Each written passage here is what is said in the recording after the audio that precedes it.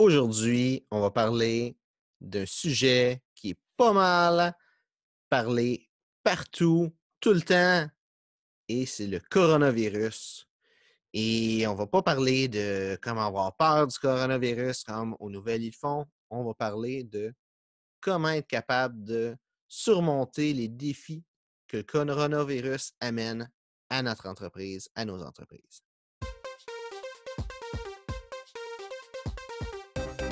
Mon nom, c'est Benoît Thibault.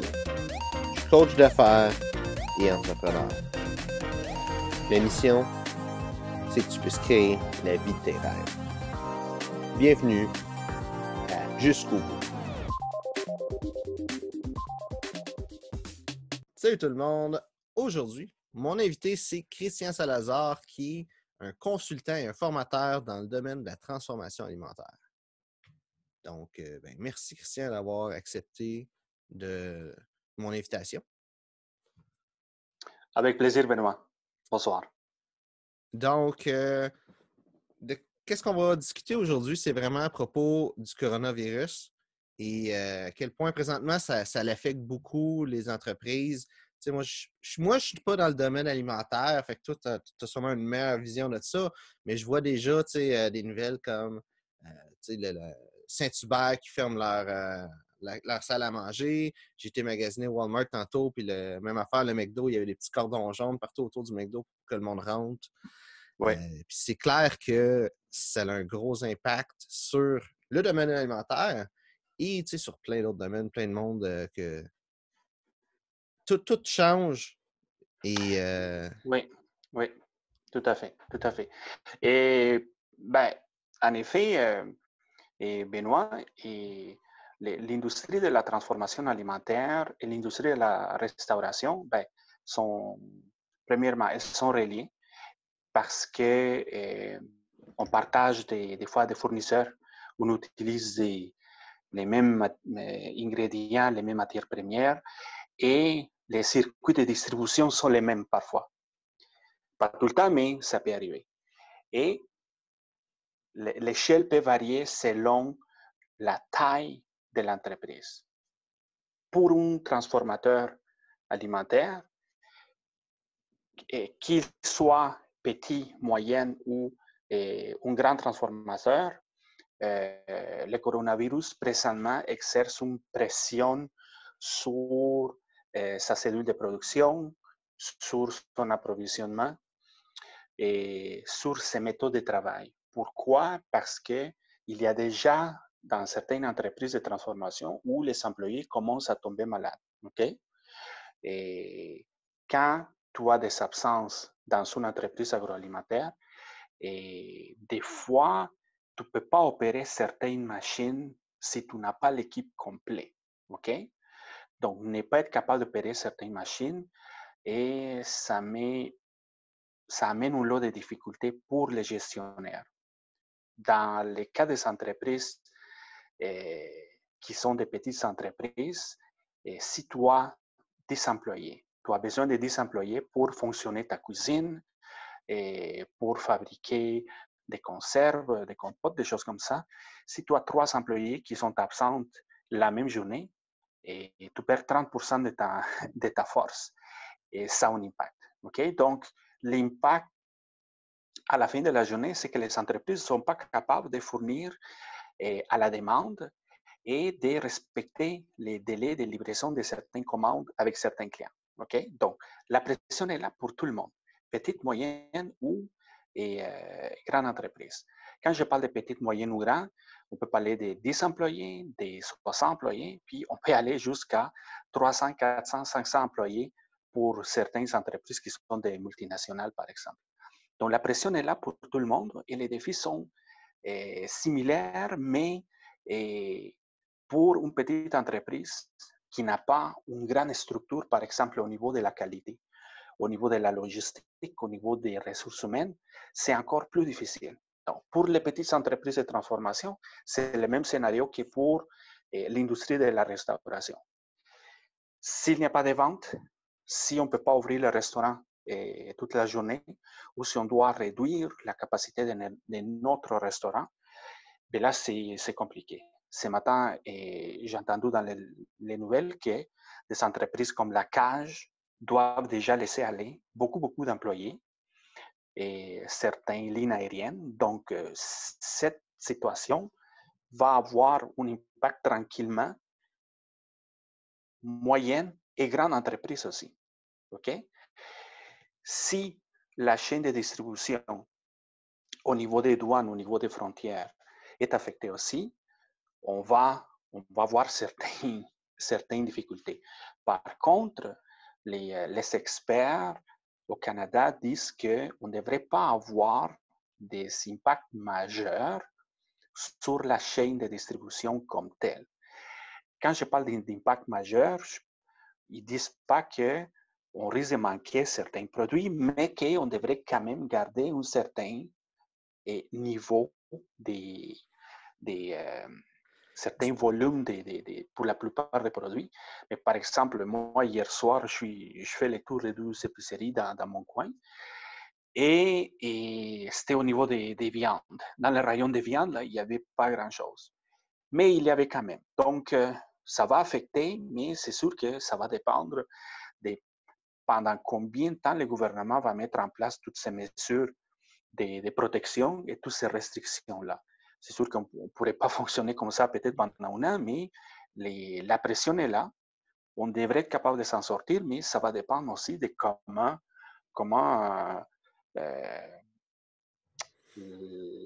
la situation va évoluer tranquillement. Mais pour le moment, on n'a pas besoin de paniquer. Mais oui, il y a une pression et il y a des gens qui vont malheureusement, qui perdent déjà son emploi.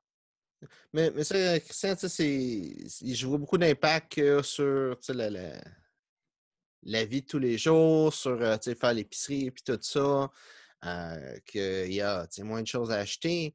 Puis ça, je vois que ça affecte beaucoup plus les grosses entreprises, mais pour quelqu'un qui a une petite entreprise, quelqu'un, je sais pas, qui a comme 5 employés, là, puis Oui. lui, tu sais, ça c'est pire. Il n'y a pas nécessairement oui. un fonds d'1 million de côté au cas. Qu'est-ce que Non. quelqu'un devrait faire qui a une petite business pour pallier avec la situation qu'il y a présentement? Ben, c'est difficile. Je te donne un exemple. Il y a des petites entreprises au Québec qui vont fabriquer, qui vont semi-transformer certains produits ou qui vont donner une première transformation. Par exemple, qui vont couper des légumes en cube, qui vont préparer des soupes, des bouillons, des choses comme ça pour la restauration ou pour d'autres transformateurs. OK? Donc, ces gens-là, si il y a une baisse de commande d'au moins 30%, et des fois, ça vaut même pas la peine de partir de la production parce qu'ils ne vont pas faire d'argent, ils vont pas générer de revenus. OK? Donc, faire rentrer 10 employés, et ça coûte un certain montant. Faire partir une petite ligne de production, et il y a des coûts d'électricité, on doit ouvrir toute la salle, on doit nettoyer la ligne avant de partir la production, il faut faire rentrer les techniciens qualité. Donc, juste partir la ligne, là, ça coûte l'argent, même pour une petite entreprise. Moi, je pense que les entrepreneurs, les dirigeants de petites entreprises doivent rester en communication avec ses clients et avec ses fournisseurs. OK? Parce que le plus que l'entrepreneur il connaît la situation de ses plus gros clients et les défis auxquels ses fournisseurs font face aussi, OK? Peut-être qu'on peut négocier les délais de paiement de certaines factures. Ça, c'est la première chose, OK? On est tous dans le même bateau, OK? Donc, les fournisseurs, les petits transformateurs et les restaurateurs ou les petits transformateurs et même détaillants, on doit tous se tenir ensemble. On ne peut pas laisser tout seul les transformateurs parce que c'est lui qui a des coûts d'opération assez importants, même avec une petite équipe. Donc, la première chose, les entrepreneurs, il faut qu'ils soient en contact avec ses clients, avec ses fournisseurs. On peut négocier certains délais, comme je t'ai dit, de paiement de certaines factures. Et la cadence de la production, on peut la réduire un peu aussi. Donc, on peut laisser peut-être, on peut reprogrammer notre cédule de production et fabriquer des produits qui ont besoin de moins de changements d'équipement, moins de sanitation, moins de lavage entre un produit et l'autre et favoriser juste certains produits. Par exemple, ce n'est pas la même chose fabriquer une petite sauce tomate, une recette de sauce tomate qui contient juste quelques épices, que fabriquer une sauce rosée qui contient la crème, du fromage, du lait et la sauce tomate. Donc, tu vois? Donc, les entrepreneurs peuvent expliquer sa situation à ses clients et leur expliquer quels sont les produits qui sont plus faciles à fabriquer et avec lesquels ils vont garder une efficacité avec son équipe ou de sa petite ligne de production. Donc, ces deux choses-là, je pense que c'est les premières choses auxquelles je peux penser pour Si je pour comprends accompagner bien, ces gens-là. si je comprends bien, c'est de rester en communication avec ses clients puis avec ses fournisseurs Tout à fait. et réduire la variété de produits offerts. Tout à fait. Tout à fait. Parce que s'il y a des recettes, si tu peux partir toute ta production à 8 heures le matin et couper juste une fois à midi pour passer à une autre recette un peu plus complexe, au lieu de garder ta cédule normale avec 6 produits différents. Donc, ça veut dire que tu dois arrêter 6 fois, tu dois nettoyer un peu entre chaque produit, dépendamment de comment les recettes sont différentes, s'il y a des allergènes, des listes d'allergènes différentes. Donc là, tu es obligé d'arrêter et de tout laver. Donc, juste réduire la variété, ça peut nous aider aussi à garder une efficacité au niveau des lignes et garder la chaîne et de permettre aux petits producteurs de garder ces équipes en place. Voilà. Puis, pour du monde qui sont en dehors du domaine alimentaire, est-ce que tu vois des mesures qu'ils pourraient prendre pour être capables de continuer à être productifs dans leur business ou de ne pas avoir un trop gros impact négatif du COVID-19? Est-ce que tu parles au niveau manufacturier ou en général pour En n'importe quel général, entrepreneur? pour le public général. Ben, moi, je pense que, étant donné qu'il s'agit d'une situation, d'une gestion de crise, je pense qu'en tant qu'entrepreneur, on doit être capable de revoir nos priorités. Ça, c'est la première chose. Et quand je parle de priorités, je parle des besoins de mes clients dans la situation actuelle. Je m'explique. J'ai certains défis en tant que consultant et dans mon day-to-day, dans mon quotidien. Mais là, il faut que je pense, OK, mon client typique, OK, qui est un petit ou moyen transformateur d'aliments, il fait face à quoi aujourd'hui? OK?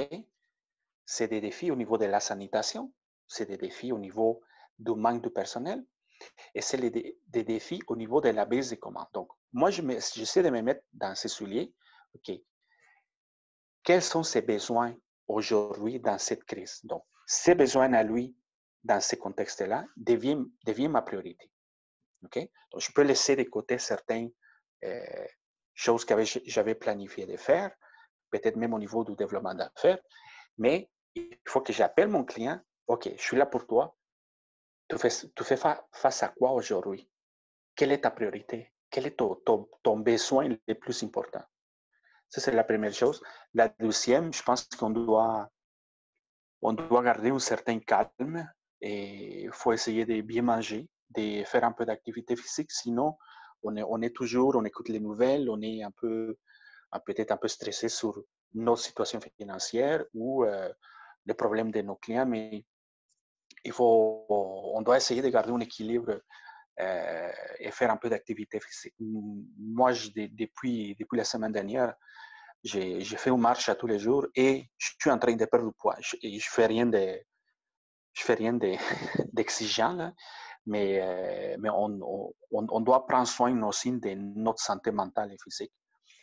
Et je pense que revoir nos priorités, soit les besoins de nos clients, et ça peut nous aider. Je pense aussi que éventuellement, on peut lever le téléphone et faire des cold calls, comme on dit en anglais, et appeler des clients que, tu sais, un client avec qui peut-être ça fait un an qu'on n'a pas parlé.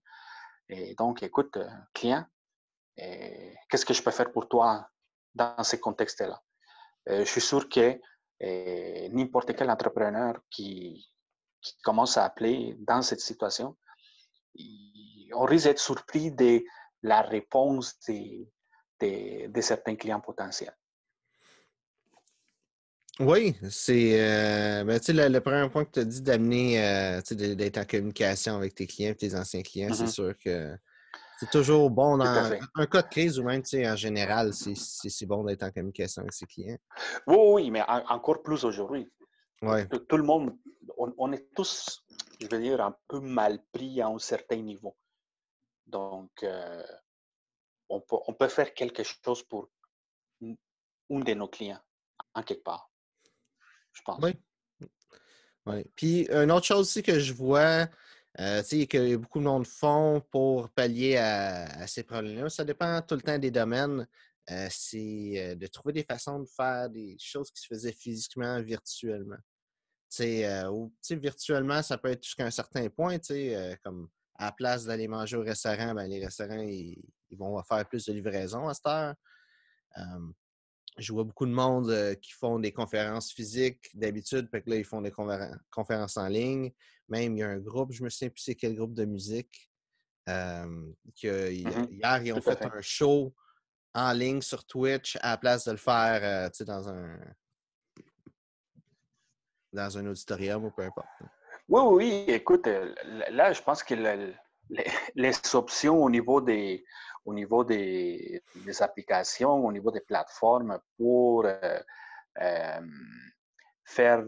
organiser des événements, des formations, des webinaires pour nos clients, les choix sont multiples. Et on n'a pas non plus besoin d'une super application, d'une super plateforme et dépenser beaucoup d'argent pour atteindre un certain nombre de clients. Donc, on a Zoom, on a Skype, on peut faire des choses très, très basiques et, et avoir un impact avec nos clients. Moi-même, je devais donner une conférence à l'extérieur du Canada dans les prochaines semaines. Et donc là, la formule qu'on est en train d'évaluer, c'est de faire un webinaire carrément. Et je pense que ça risque d'avoir même un plus grand impact, étant donné qu'avec les webinaires, on peut rejoindre beaucoup plus de gens. Les gens n'ont pas besoin de se déplacer. Donc, il, ton point est excellent parce que moi, je pense, Benoît, que ce soit pour l'industrie de la transformation alimentaire, qui est mon secteur à moi, ou pour le coaching, ou pour n'importe quel type de business, je pense qu'il va y avoir un avant et un après cette crise. Oui, moi Okay? aussi. Les gens, les entrepreneurs qui restent en action pendant cette période, ça veut dire qu'ils partagent de l'information, qu'ils partagent des tips à ses clients, qui restent en communication avec ses clients, qui montent du contenu pendant cette période-là, c'est les gens qui vont rester à flotte après. Pas parce que le contenu que les gens vont offrir à ses clients, c'est le meilleur contenu, mais c'est l'effet de rester en contact avec des gens euh, qui passent des moments difficiles. Tu vois? Oui, En tant qu'être humain, là, on a toujours une affinité plus grande avec quelqu'un qui vient nous aider quand on est mal pris. oui. Tu vois? Puis même Moi je là, le vois comme ça. encore Oui, et puis tu as entièrement raison, mais même là, encore plus, le monde sont confinés chez eux. Tu sais, d'habitude, le monde travaille. Fait qu'est-ce qu'ils font? C'est qu'ils travaillent. Ils passent pas leur temps sur Facebook, sur YouTube, puis tout ça. Là, le monde sont Exactement. chez eux, puis ils ont juste ça le Mm. temps de regarder ça. Fait en plus de pouvoir amener de la valeur que d'autres personnes ne feront pas, hein, l'audience est vraiment là en train de regarder les médias sociaux. Fait que c'est vraiment un temps phénoménal pour faire Oui, oui. des médias Puis, sociaux. moi, j'encourage tout le monde par exemple, si, peu importe la plateforme où est-ce qu'on est, tu vois, LinkedIn, Instagram, et Facebook, peu importe, là. Si on voit qu'il y a d'autres entrepreneurs qui font des choses de façon généreuse pour le public en général, pour ses clients en général, ça ne coûte à rien de repartager l'information que ces gens-là sont en train de véhiculer, l'information qu'eux, ils sont en train de partager avec ses clients. Mhm. Donc, si nous, on le fait, il y a quelqu'un qui va le faire pour nous aussi, pour atteindre un plus large public. La semaine dernière, j'ai partagé quelque chose sur LinkedIn et il y a quelqu'un qui m'a contacté sur LinkedIn, pas pour un contrat, mais la personne m'a dit, écoutez, j'avais dans tel pays et il y a une connaissance à moi dans mon réseau LinkedIn qui a liké, qui a réagi à votre publication. Et je voulais vous dire que l'information que vous avez partagée, ça m'a aidé à réfléchir et j'ai mis des choses en place dans ma petite usine. Et écoute, j'étais juste vraiment content que cette publication a aidé quelqu'un à l'extérieur, à Oui, je ne sais pas combien de milliers de kilomètres d'ici, et qui a fait une différence pour lui. oui. Parce que demain, je ne sais pas si il y a un entrepreneur en Afrique, en Russie, en Chine, qui va partager de façon généreuse quelque chose sur LinkedIn. Et peut-être c'est moi qui va profiter de cette expérience qu'il lui est en train de partager. Peut-être que je pourrais bénéficier de cette information. On ne sait jamais. Donc, cette période de critique, je pense, pour nous faire connaître, pour partager du contenu à nos clients, euh, dans le sens que il faut que nos clients sachent qu'on est là pour eux, qu'on est là pour les aider, pour les accompagner et pour les aider à atteindre les prochains niveaux en tant qu'entrepreneur. On est là pour ça. Parfait. Donc, écoute, Christian, je te remercie d'avoir accepté l'invitation. Je pense qu'on finit sur une bonne note comme ça. Merci d'avoir écouté l'épisode d'aujourd'hui. Si tu l'as apprécié, n'hésite pas à la partager et à écouter les autres épisodes. Si tu veux rester en contact, suis-moi sur les médias sociaux, Facebook, Instagram, Twitter et surtout, peu importe ton rêve, va jusqu'au bout.